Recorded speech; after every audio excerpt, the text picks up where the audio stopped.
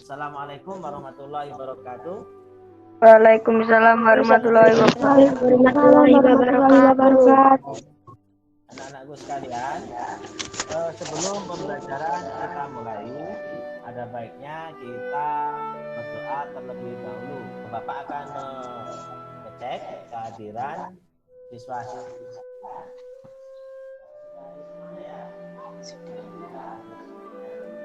Pada pembelajaran kali ini kita masuk listrik dinamis. Nah, coba pada waktu minggu kemarin apa yang kita pelajari? Listrik statis. Oh ya, listrik statis. Kemarin kita membahas listrik statis. Nah, kalau sekarang kita akan masuki bab listrik dinamis. Nah, kalau listrik statis itu listrik yang bias. Kalau listrik dinamis itu berarti listrik yang apa? Listrik yang bergerak. Oke, listrik yang bergerak atau listrik yang mengalir. Nah mungkin ini kalau kalian mempelajari ini, nanti suatu saat kalian bisa masuk STM bagian kelistrikan. Nah ini merupakan salah satu modal kita agar nantinya kita bisa lebih mengetahui ketika kalian masuk di STM, khususnya jurusan kelistrikan ya. Pada pembelajaran kali ini ya,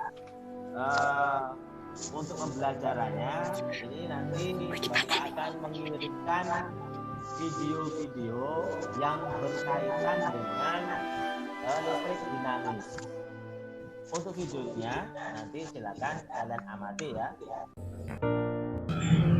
Yuk belajar listrik dinamis, khususnya kuat arus listrik. Apa kuat arus listrik itu ya teman? Kuat arus listrik itu muatan yang mengalir dalam satuan waktu. Benar kamu Trika. Nah sekarang rumus nyari kuat arus apa ya teman?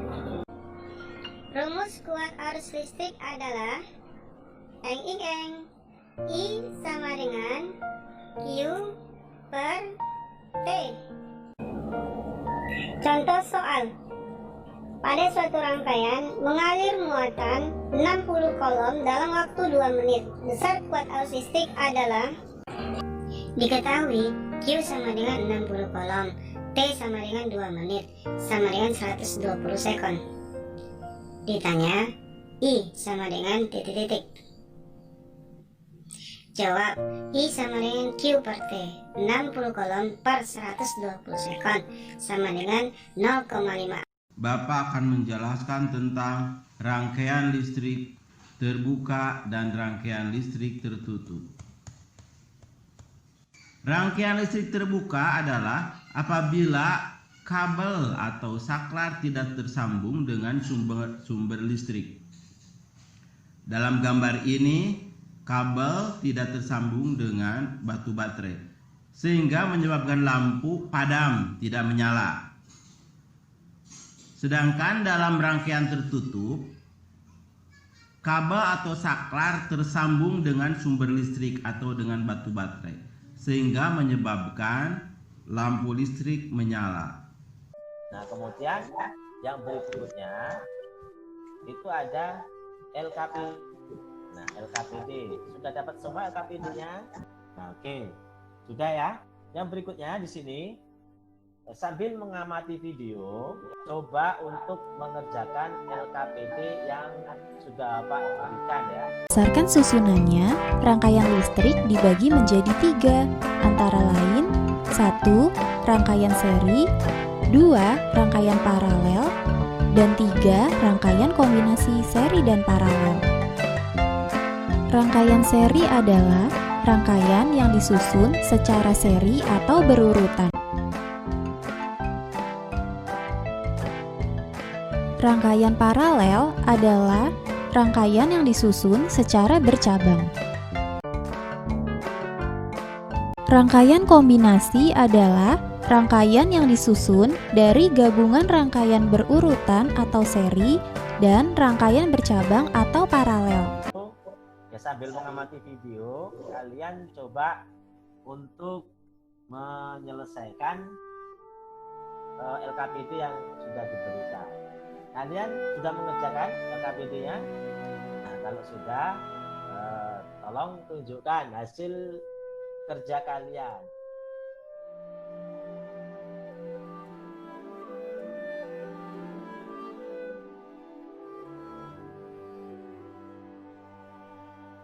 Sudah kalian tunjukkan ya, dan beberapa yang lainnya pasti sudah mengerjakan. Dari hasil LKPD tersebut, coba kalian bisa menjawab pertanyaan-pertanyaan yang ada di LKPD.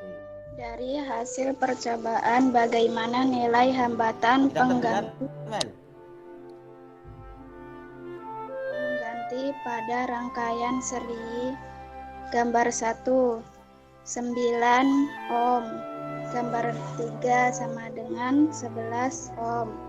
2. Dari hasil percobaan, bagaimana nilai hambatan pengganti pada rangkaian paralel? Gambar 3 sama dengan 11 ohm. Gambar 4 sama dengan 1 ohm. Itu tadi hasil LKPD ya. Adakah yang bisa menyimpulkan dari LKPD tersebut? Dari pengamatan dan perhitungan, rangkaian seri memiliki nilai yang lebih besar dibanding dengan paralel. Itu tadi kesimpulan dari LKPD tersebut ya. Ya, ternyata kalau kita hitung, ternyata